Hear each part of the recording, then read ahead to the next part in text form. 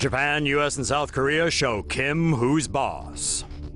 Morbidly obese North Korean dictator Kim Jong-un may have lost some weight down the toilet recently. Why? 4 American F35Bs and 2 B-1B bombers, along with 4 Korean F15s and 4 Japanese F2s, flew in sequential military drills this week. South Korean and American aircraft dropped live munitions at the Pilsung training range in South Korea. According to the U.S. Pacific Command, the exercises were conducted in response to North Korea's missile launch over Japan on September 14th. The Japanese and American aircraft flew over waters near the southwest coast of Japan. Kim's Russian and Chinese comrades also ran joint naval exercises near the Russia-DPRK border, and word is they weren't for his benefit. Frenemies much? Keep watching for more on the race for air superiority. U.S. conducts flight tests of nuke upgrade. This is the moment a U.S. Air Force jet dropped an inactive nuke over Nevada. Earlier this month, the U.S. government conducted flight tests of the B-61-12 nuclear gravity bomb over Nevada. More are required before it enters service in 2020. The B-61 bomb is almost 50 years old, and the U.S. holds 4 variants of it within its nuclear weapons stockpile.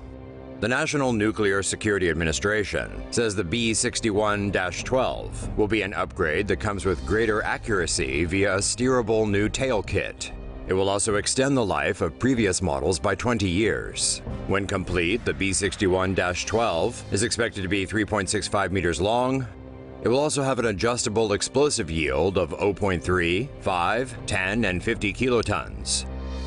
For comparison, the atomic bombs dropped on Hiroshima and Nagasaki held 15 and 20 kilotons respectively. And the winner is Boeing.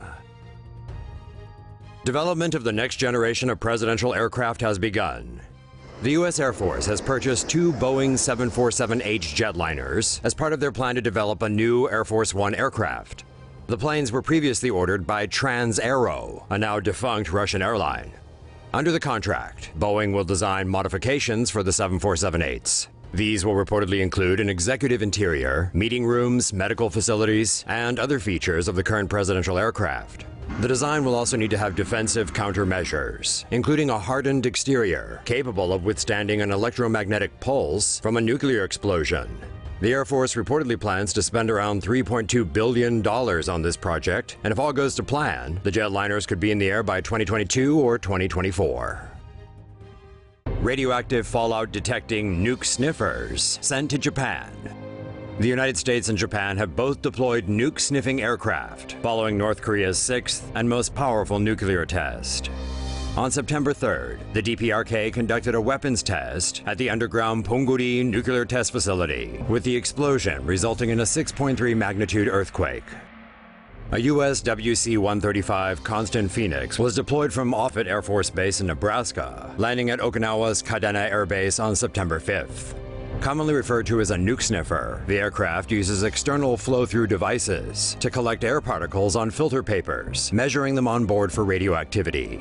The nuke sniffers are also equipped to collect whole air samples inside holding spheres, to be analyzed later on the ground.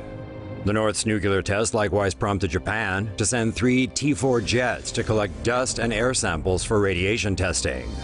Japanese C-130 transport planes will also be checking for airborne radioactive gases, though the risk of the underground tests releasing toxic radiation is generally low.